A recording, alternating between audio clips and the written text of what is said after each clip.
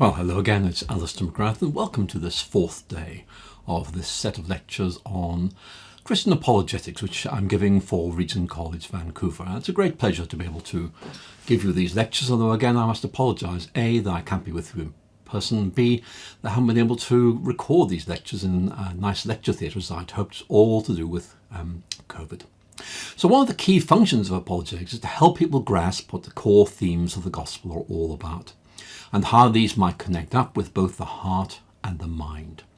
And in this lecture, I'm going to explore with you some of the great themes of the Christian faith and see how we can connect them up with some of the big questions of human existence. And obviously, there's a lot to get through here, but we'll have to do what we can with the 45 minutes that we have at our disposal.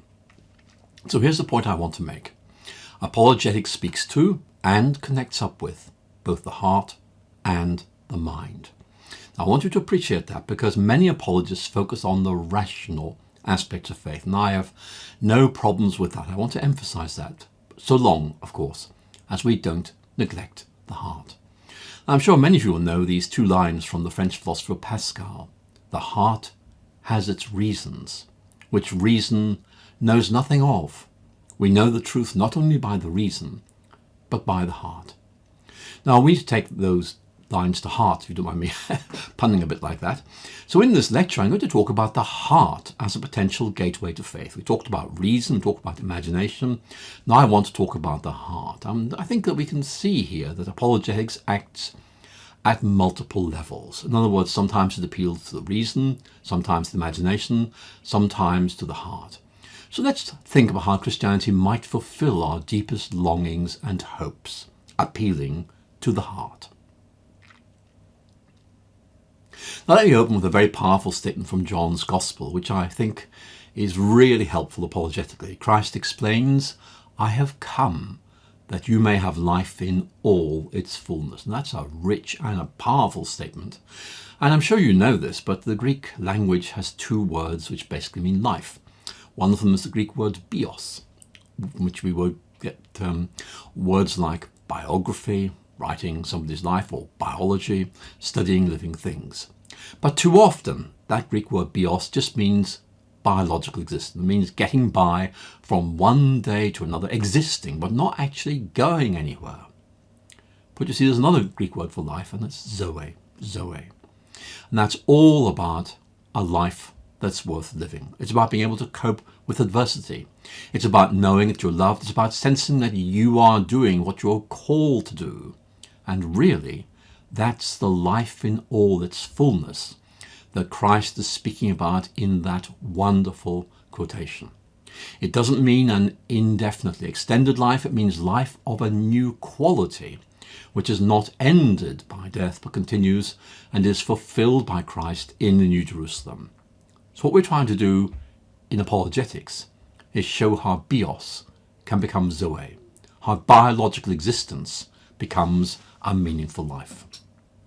Now, C.S. Lewis talks about this in his book, Mere Christianity. As you might expect, he's well worth listening to, and here is what he has to say. Listen carefully. He's making the same point, but I think you'll agree he probably makes it rather better than I do. In reality, the difference between biological life and spiritual life is so important that I'm going to give them two distinct names. The biological sort, which comes to us through nature, is bios. The spiritual life, which is in God from all eternity, and which made the whole natural universe, is zoe. Bios has, to be sure, a certain shadowy or symbolic resemblance to zoe, but only the sort of resemblance there is between a photo and a place, or a statue and a man. A man who changed from having bios to having zoe would have gone through as big a change as a statue, which has changed from being a carved stone to being a real man. And that is precisely what Christianity is about. This world is a great sculptor's shop. We are the statues, and there's a rumour going round that some of us are one day going to come to life. Now, that was a long passage, and I apologise for quoting it at such length, but actually it is rather good. And you can see how you could use that apologetically. The analogy, for example, about a photo and a place is really useful. But the key theme is this. It's all about moving from biological existence to a fulfilled and meaningful life. And what we can try and do is to explain that we as human beings are meant to do more than just exist, getting by from one day to another. It's about what the existentialist philosophers call authentic existence and what the New Testament calls faith.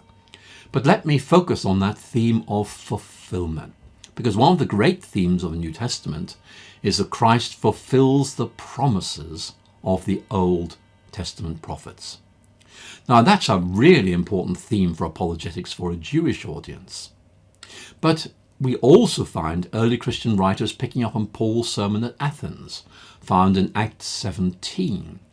And this is rather different. This points to Christ fulfilling the human desire for wisdom. And of course, more recent writers have seen Christ as fulfilling the human desire for authentic existence. And all of these are important. So let's begin this lecture by looking at how apologetics can appeal to the doctrine of creation.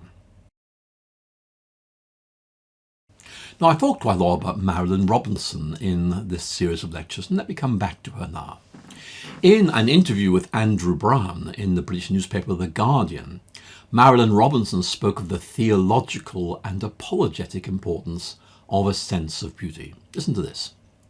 One of the things that has really struck me reading Calvin is what a strong sense he has that the aesthetic is the signature of the divine. And perhaps one of the most significant biblical passages to engage the significance of the created order is Psalm 8.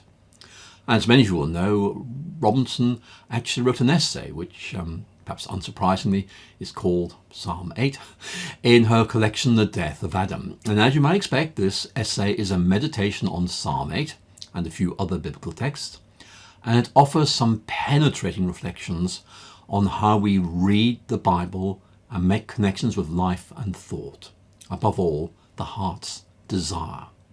Now, I'm going to read you her comments because I think you will find these stimulating. It's all about how the gospel connects up with us and all the longings and fears of our hearts. Here we go. These are Robinson's words. The strategy of the psalmist is to close the infinite distance between God and humankind by confounding all notions of scale. If the great heavens are the work of God's fingers, what is small and mortal man? The poem answers its own question this way.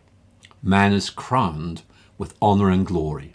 He is in a singular sense what God has made him, because of the dignity God has conferred upon him, splendour of a higher order like that of angels. Well, then how is this dignity manifest? Surely in that God is mindful of man, in that he visits with him. This, after all, is the major assertion of the whole literature. I think anxieties about anthropomorphism are substantially inappropriate in a tradition whose main work has been to assert and ponder human theomorphism. That's a really rich passage. I'm going to come back to it later and offer you some apologetic reflections. But I want to begin, if I may, by laying down some lines of thought. And I hope you'll find that these lines of thought will be helpful as we look at the issue that Marilynne Robinson is dealing with. It's all about the longings of the human heart, the fear of being overwhelmed by the universe, the feeling that perhaps we're not as good as we could be. And the key theme that we find running throughout the long history of Christian reflection on the Bible is that God's works disclose something of who God is. And that's very important because it means that the immensity and the beauty of the creation open both our eyes and our minds to the greatness and beauty of God. That's a common theme in much Christian reflection on the spirituality of nature. You might think, for example, of the nature poems of Gerard Manley Hopkins. I don't know if you've read those.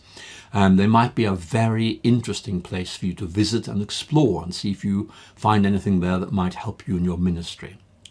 But the point is, if we look at a beautiful natural landscape, we find ourselves grasping, however feebly and inadequately, something of the beauty of God. Now, that's a very important point, and it's not actually the point that Robinson's making in this passage. because she is dealing with this deep human anxiety of personal insignificance in a vast universe, in which we so often feel overwhelmed and inadequate. That is one of the fears of the heart, that we're on our own, that this universe is meaningless. What's the point in going on? It is so easy to feel that we are lost in a vast cosmos.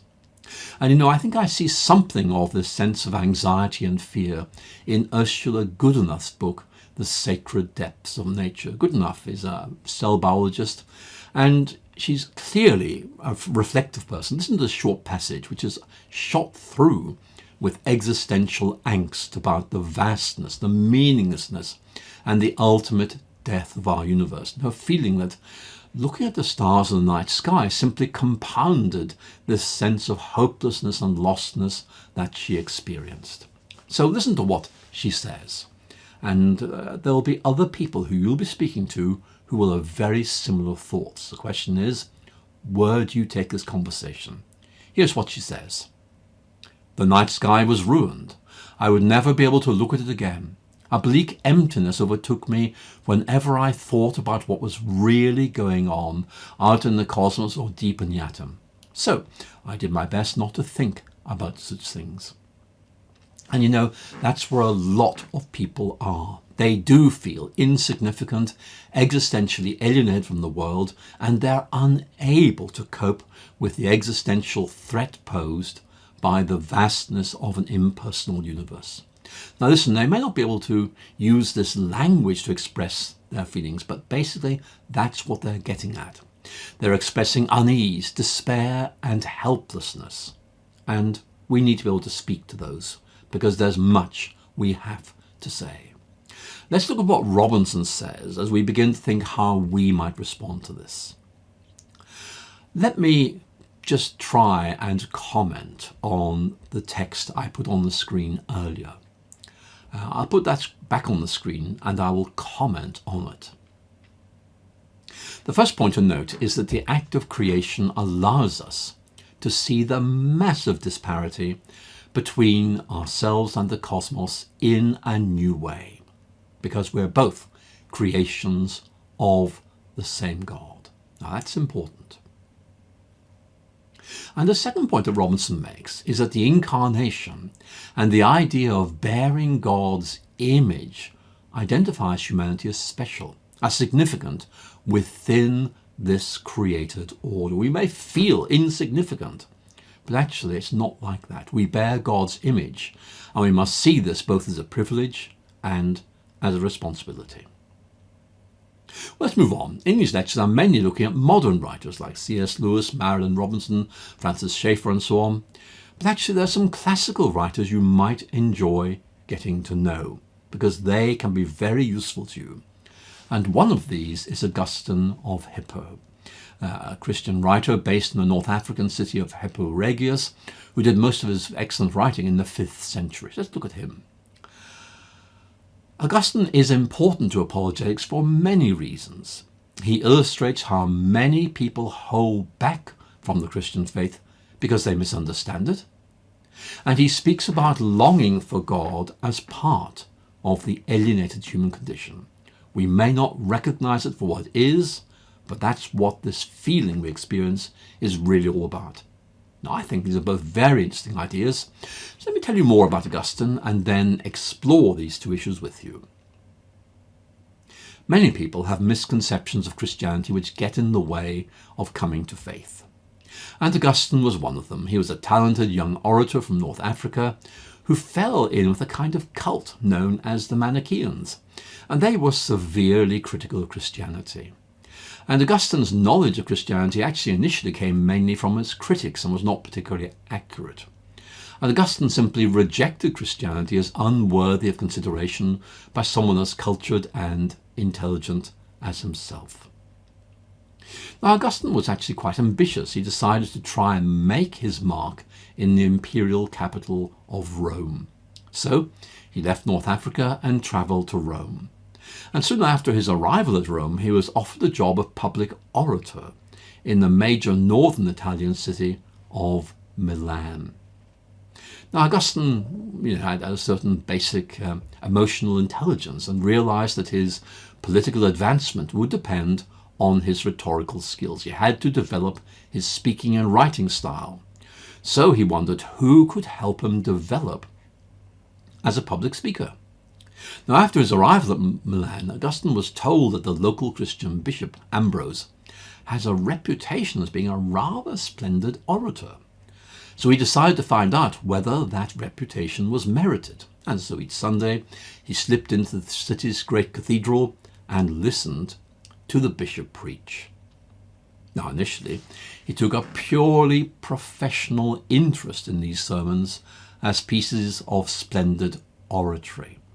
But gradually, their content, their words, their ideas began to take hold of him. Listen to what he says. I used to listen to him enthusiastically preaching to the people. My ears were only for his rhetorical technique. Nevertheless, together with the words which I was enjoying, the subject matter in which I wasn't interested began to penetrate my mind. While I opened my heart on account of the eloquence with which he spoke, the truth which he affirmed also found its way in. Now, isn't that interesting? I think that shows how God works in some very mysterious ways. But as the story of Augustine's long journey to faith makes clear, Ambrose, who actually Augustine came to regard as a kind of theological hero, removed a major barrier to faith. He disarmed the Manichaean stereotype of Christianity. He opened Augustine's eyes to the fact that there was something here he had not understood and was profoundly worth considering. And after listening to Ambrose, Augustine began to realize that Christianity was far more attractive and persuasive than he'd realized. If you like, a barrier to faith was removed. And although it would be some time before Augustine actually converted to Christianity, his encounter with Ambrose was a milestone along that road. Now you can see where I'm going to take this, but the point I'm going to make may be obvious. It's also very important. Among the individuals that we are going to encounter in our apologetic ministry, there will almost certainly be some who have the most muddled and misguided ideas about what Christianity is all about. And these misunderstandings need to be identified. Some of them will be unconsciously picked up, others deliberately propagated, but we need to identify these and then firmly yet tactfully disarm them. Say that's not the way it is. Let me tell you the way it really is. Now, my own story is a bit like that, because I rejected a caricature of Christianity during my atheist period and only discovered what Christianity was really all about when I arrived at Oxford University as a science undergraduate. One of the lessons I've learned is that one of the best defences of Christianity is simply explaining what it really is. But now I want to focus on Augustine on the theme of desiring God. After his conversion to Christianity, Augustine wrote an autobiography known as the Confessions, in which he describes the chain of events leading up to his conversion. And one of the most interesting features of this work is the way in which Augustine recognizes that God was working in his life long before his conversion. It's the idea of prevenient grace, that God was preparing the way for Augustine's conversion long before that event actually happened. And time again in this book, Augustine will interrupt his account of his career to praise God for the way in which his hand has been at work throughout his life. Now, right at the beginning of this work, Augustine offers this prayer to God. I want you to look very closely at this. Here we go. You made us for yourself, and our hearts are restless until they find their rest in you. I'll leave that on the screen for a while. It's a great prayer packed full of theology. It's important spiritually, but actually it's also very important apologetically as well. Let's look at the theology that lies behind it. It's all about the interplay of creation and redemption. God has created us that we might achieve our supreme goal and delight in relating to God. But because of sin, that doesn't happen. There's an absence within us where there is meant to be a presence. And we feel that absence. We know that there is something that is missing. And so we try to fill that gap with lesser things than God, with possessions, with building our reputations, with relationships, and so on. But it doesn't work. In the end, on their own, these things don't satisfy. And our task, I think, is to help people see that this sense of dissatisfaction and emptiness, which so many people know, is the result of God's absence within us. We need to be reconnected to God. We need to be reconciled to God. We need to be adopted by God into the community of faith. I often think it's almost as if God leaves us with a certain weariness about nature, which can only be satisfied by pressing on beyond nature to its source and goal in God himself. The paradox of hedonism is this. The simple fact is that the intentional seeking for pleasure cannot satisfy. It doesn't work. It raises this question: is there anyone or anything who can satisfy our deepest longings and desires? Now you can see there are huge apologetic opportunities here, because everyone wants to find something that is really worthwhile, that will give life meaning, purpose, and fulfillment. And you know, the search for purpose in life is one of the greatest themes of human existence. And Christianity honors this quest. It insists that this hunger for significance can be satisfied, and it is satisfied by encountering and knowing Christ. Now, at first sight, this might move us to despair. If we can only achieve the fulfillment that God longs for us to have through knowing Christ, what hope might we have? I might long to know Christ, but would he want anything to do with me? You know, he's way beyond my league. I'm a sinner. I can't come close to him. And countless good people have lain awake at night, sleepless, deeply disturbed by this thought. Since the Son of God already knows exactly what I'm like, surely he'd want nothing to do with me. He'd reject me as being unworthy of his company and favour. Yet, here's the point. Christ does already know us through and through. He knows us exactly as we are, and he loves us. He loves us so much, he gave his life so that we might live through him. And that's something we need to explain to those who feel drawn to God, yet feel that God would not want to know them. I've heard people say, if God knew the way I am, then God would walk away from me. But we need to help people to see that God already knows exactly what they're like, and that something can be done about this. We can be enfolded in Christ's righteousness while the process of dealing with sin goes on. Let me give you an analogy you might find helpful here. I spent 2 years at Cambridge University in the late 1970s, and I was based at St John's College, Cambridge, but actually I'd often be very naughty. I'd go to worship in the chapel of King's College, Cambridge, which is renowned for its annual candlelit festival of 9 lessons and carols. You may have seen this. It's broadcast to millions of people around the world. One of the centerpieces of King's College Chapel is a large 17th century painting by the Flemish Baroque artist Rubens. Now, in 1974, this painting was vandalized by intruders, and large crowds gathered to look with sadness at the damaged masterwork. It was slashed by somebody with a knife.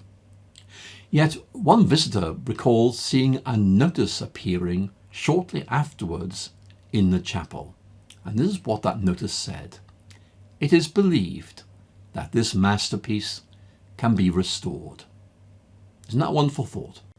Restoration is a central theme of the Christian doctrine of atonement, and it's an idea that's hardwired into the New Testament. And the point here is that God's masterpiece, us, the height of creation, have been wounded and damaged. It's fallen, it's broken. That's the bad news, but there is good news. Though we are broken, we can be mended. Our wounds can be healed. Quote from 1 Peter chapter 2, Christ himself bore our sins in his body on the cross so that free from sins we might live for righteousness. By his wounds you have been healed. Now we need people to hear that message, because it's a message of hope for transformation, for those who fear that God would want nothing to do with them. Now, there's a lot more I could say on this theme, but I want to move on and talk about C.S. Lewis again. Because like Augustine, Lewis felt that the human desire for fulfilment was integral to Christian apologetics. So let's see how he develops this theme.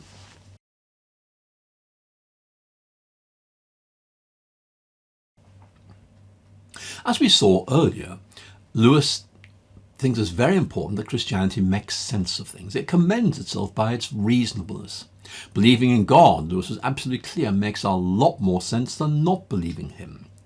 And his well-known book, Mere Christianity, is perhaps an outstanding example of the lucid and intelligent presentation of the rational and moral case for Christian belief. I don't think we'll ever see anything better than that. Yet, although we think of Lewis as a very rational writer, particularly in Mere Christianity, alongside Lewis, the cool-headed thinker, we find a very different kind of thinker, namely Lewis, who's aware of the power of the human imagination and the implications of this power for our understanding of reality. Now, I've touched on this already in these lectures, but we really do need to look at it more closely because it is so important. He appeals to the imagination, and through that he generates a desire for God, and then shows that this desire is rational. Now, perhaps one of the most original aspects of Lewis's writing is his persistent and powerful appeal to the religious imagination. And this especially is evident in the way in which he appeals to experience. Lewis is aware of certain deep human emotions which he argued pointed to a dimension of our existence beyond time and space. And Lewis suggests that there's a deep and intense feeling of longing within human beings which no earthly object or experience can satisfy. And again, Lewis names this joy. Again, joy. Surprised by joy is all about this joy. And he argues that it points to God as its source, but also as its goal. So let's think about this word joy in more detail, because it is a very interesting idea. From the windows of his childhood home in Belfast, the young Lewis could see the distant Castlereagh hills. And those far-off hills seemed to symbolize something that lay beyond his reach. A sense of intense longing arose within him as he contemplated them. But he couldn't work out exactly what it was he longed for. Maybe that merely there was a sense of emptiness within him, which the Castlereagh hills seemed to heighten without satisfying. And in fact, in his first book, The Pilgrim's Regress, these hills appear as a symbol of the heart's unknown desire. We long for something, but we're not sure what or how we go about finding it. Now, Lewis describes his experience in some detail in his autobiography, Surprised by Joy. And what he does is to give a very powerful description of how suddenly he was overwhelmed by, in effect, a sensation. Let me read his description to you, and we'll work out what this is all about and how we can use it. So this is Lewis in Surprised by Joy, talking about his childhood. There suddenly arose within me, without warning, as if from a depth not of years but of centuries, the memory of that earlier morning at the old house, when my brother had brought his toy garden into the nursery. It's difficult to find words strong enough for the sensation which came over me. Milton's enormous bliss of Eden comes somewhere near it. It was a sensation, of course, of desire. And before I knew what I desired, the desire itself was gone, the whole glimpse withdrawn. The world turned commonplace again, or only stirred by a longing for the longing that had just ceased. It had only taken a moment of time, and yet in a certain sense everything else that had ever happened to me was insignificant in comparison. Now, I'm sure many of you know that passage. I'm sure many of you know that kind of experience as well. And so will the people you're talking to. Lewis describes a brief moment of insight, a devastating moment of feeling caught up in something of supreme significance, which goes far beyond the realms of everyday experience. But what does it mean? What, if anything, did it point to? For Lewis, you can have an experience, but you don't know what that experience means. Christianity helps us to understand what these experiences are all about and where they take us. Now, Lewis addressed this question in a remarkable sermon called The Weight of Glory, which he preached at Oxford in June 1941. And I have to say, in my view, is one of the best things he wrote. And in this sermon, which I do recommend you read, it's only 5,500 words long, he spoke of a desire which no natural happiness will satisfy, or a desire still wandering and uncertain of its object, and still largely unable to see that object in the direction where it really lies. And the point that Lewis is making is that there seems to be something self-defeating about human desire, in that what is desired when achieved often seems to leave the desire unsatisfied. We feel frustrated. We've got this now, and it didn't deliver. It's not what we thought it was going to be like. Now, Lewis illustrates this from the age-old human quest for beauty. Human desire, points or longs for something that will really satisfy us. It points beyond finite objects and finite persons who might be able to fulfill this desire. And what we begin to realize is that actually desire is not located in anything. It's a pointer. You don't get it. You're shown where to find it. And Lewis makes the point that this is true of the human quest for beauty, or indeed human personal relationships. In love, for Lewis, which is perhaps the deepest human relationship of all, we often encounter this strange longing to lose ourselves in someone else, to enter into a relationship which paradoxically at one and the same time heightens and obliterates our own identity. Yet for Lewis, even love, which seems to offer everything, very often delivers less than we had hoped. Somehow we often feel that the relationship is really important, but we had hoped it would be more than this. And Lewis knew this, and Lewis talks about it in his writings, as of course do other writers, one of whom is Evelyn Waugh, British novelist, wrote some marvellous books, of which, in my view, the best is his novel Brideshead Revisited. And Brideshead Revisited captures the frustration of so much personal experience, whether it's in the quest for love or the quest for beauty. Somehow, that quest always fails to find its object. Even when the search seems close to its end, we find we still have another corner to turn before we arrive at our destination. Whatever it is that we are pursuing remains elusively ahead of us, evading our grasp. Now, I'm going to read you a passage from Brideshead Revisited, and my question is going to be, do you think you could use this or something like it in your own apologetic ministry? I'll read you this passage and then we can think about it. Perhaps all our loves are merely hints and symbols, vagabond language scratched on gateposts and paving stones along the weary road that others have tramped before us. Perhaps you and I are types, and the sadness which sometimes falls between us springs from disappointment in our search, each straying through and beyond the other, catching a glimpse now and then of the shadow which turns the corner, always a pace or two ahead of us. So we have here the idea of elusiveness. We're looking for something that never seems to quite be achievable. We're talking about something that always seems to be just beyond our reach. Beauty, pleasure, personal relationships all seem to promise so much. And when we try to grasp them, we find that what we were looking for isn't actually in them, it's through them. It's a kind of divine dissatisfaction within human experience, which prompts us, I think, to ask whether there's anything which might satisfy the human quest to fulfill the desires of the human heart. Or is this just a mirage? It's nothing there. Stop it. It's a waste of time. Lewis argues that there is. that these experiences are significant.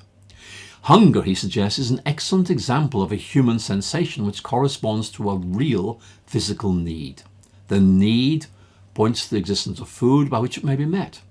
Thirst is another example of a human longing, pointing to a human need which can be fulfilled by finding something to drink.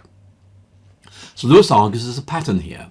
Any human longing points to a genuine human need, which in turn points to something real that's able to satisfy that need. Now you see where Lewis is going to take this. Lewis suggests it's reasonable to suggest that the deep human sense of infinite longing, which cannot be satisfied by any physical or finite object or person, must point to a real human need which in some way can be met. So how could you use the ideas I've been exploring through this lecture? Well, I think there are lots of ways, but I've only time to make some suggestions. Now let me make an important point right away. These approaches engage the heart rather than the head. Now, as I'm sure you will know, in the past some older apologists were rather unhappy about the idea of engaging emotions or feelings. They felt this was simply, sentimentalist. It was unhelpful. But I have to say, that's now way behind us. Because writers like Lewis and Robinson have helped us to see that the heart and the head can be used together in an intelligent and emotionally engaged approach to apologetics. You'll remember I cited Pascal right at the beginning of this lecture, and it's a good quote, so I'm going to give it to you again. The heart has its reasons, which reason knows nothing of. We know the truth not only by the reason, but by the heart. And I'll leave this quote on the screen as I talk about it, because what I want you to notice is it's not an either or, it's both and. Now please understand that for some people, an appeal to the heart may be more effective than an appeal to the mind. And for others, an appeal to the mind may be more effective than an appeal to the heart. And that's why you need to talk to your audience, listen to them to find out how best to engage with them. Now, if you're talking to an individual, I think you can find out quite easily where they fit on a map of possibilities. You can explain that Christianity appeals to both the mind and the heart and see where that leads you. You can say which of these things are more important, and whatever answer you get, you'll have lots of ways of connecting with them. But what happens if you're not talking to a single individual? You'll find out just in conversation what they think. What happens if you're engaging a large audience? So imagine you're speaking to a group of about 100 people. There's no way in which you can find out where they're coming from or what approach would work best. So let me tell you what I have found works well on these occasions, and you can see if it works for you as well. What I would do is construct a talk with different sections, which engages each of these approaches. You might say something like this. One of the things I've discovered about Christianity is that it connects up with both our hearts and our minds. So let me tell you how it connects with the heart.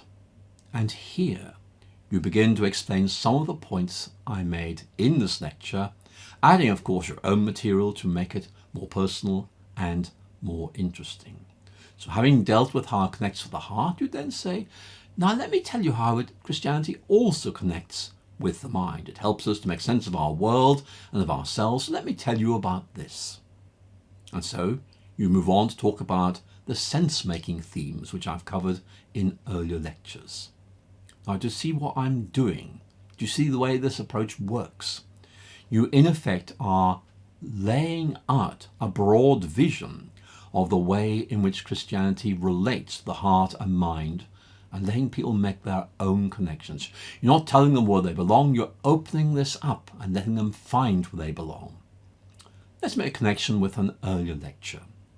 Do you remember the fourth lecture, which I know is quite a way back now? I used the analogy of Newton's prism to help us see how the single reality of the gospel incorporates multiple elements, each of which is important in itself, as well as being part of a greater whole.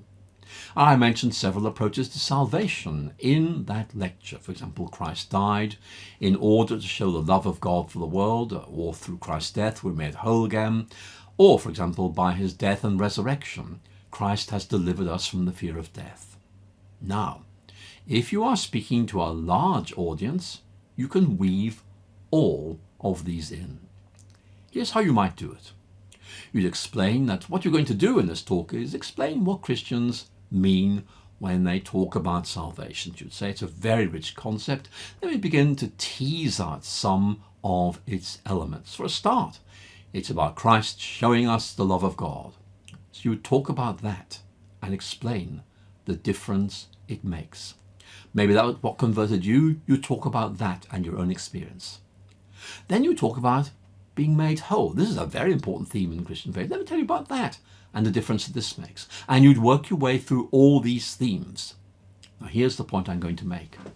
You may well find that each of these elements of salvation that you talk about speaks powerfully, but to different members of the audience. And so you can end by explaining that some aspects of the rich Christian understanding of salvation speak very powerfully to us in different ways, and there's always more to discover and appreciate. What you've done, in effect, is to hold the jewel of Christianity up to the light, so its multiple aspects can be appreciated, and people will then say, that speaks to me. Speaking about ways of communicating the appeal of Christ, I mentioned the very famous image of Christ as the bread of life. Now, as I'm sure you will know, there are actually 7 I am sayings in John's Gospel, and each of them is rich in apologetic possibilities. Here they are. The first is the one we just talked about.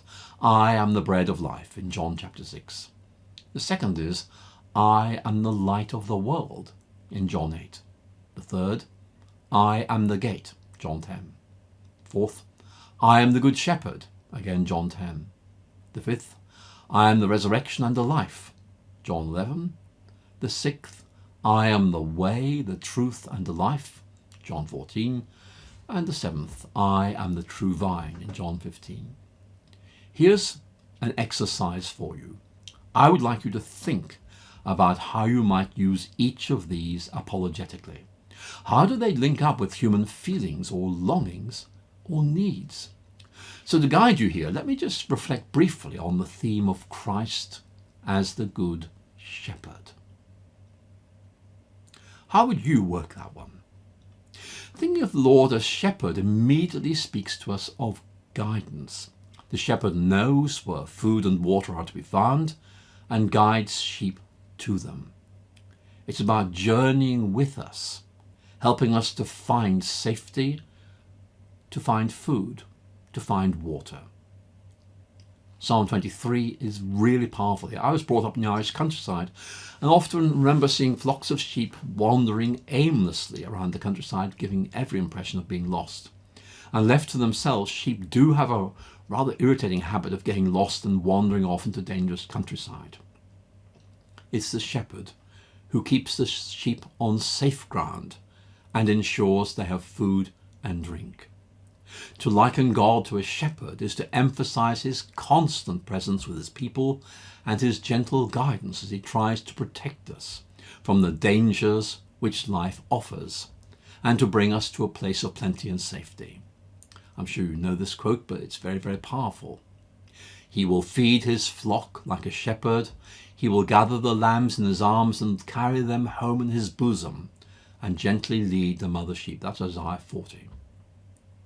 And of course, Christ is the good shepherd. If necessary, he gives his life so we might live. Now, that's powerful. And you can use that, I think, very well apologetically. But here's the extra thing to point out. The image of God, the Lord as a shepherd, also tells us something about ourselves. The Lord as a shepherd, we are sheep. We're not able to look after ourselves. We get lost all the time. Human sinfulness is so often compared with running away from God, rather like a stray sheep. Isaiah 53, we're all like sheep. We've gone astray. Each of us has turned to his own way. And just as a shepherd goes to look for his lost sheep, so God came to find us in our lostness and to bring us home. So you see the point. Christ does rather more than just point his sheep in the right direction, leading to the green pasture and still water, saying, there it is, off you go. He takes us there. He carries those who are too weak to make the journey unaided. I think that's a really important point for you to bring out in your conversations, in your writing, and in your speaking. The Christian faith is not about God telling us where to go and what to do if he wants salvation, then kind of we're stepping back and leaving us to get on with it. No. It's about God graciously accompanying, supporting, and sustaining us as he journeys with us. Similarly, Christ declares and affirms that he is the way, the truth, and the life. That's John 14. He doesn't just show us the way to eternal life. He sets us on that path, and he journeys with us as we travel. There's so much you can develop there. Now, there's so much more I could say on this point, as on so many others, but I'm afraid that this sketch map of possibilities is the best I can do. I hope it will help you develop your own approaches, drawing on material that you find helpful and, as really important, connecting with the audiences that you know. And I'll have more to say about how we deal with specific audiences in a later lecture. Let's prepare then to move on to the next lecture. I've talked a lot about Christianity and the meaning of life, but we haven't really talked about what meaning means. How does Christianity help us find meaning? So that's what we're looking at in the next lecture. I look forward to speaking to you again very soon.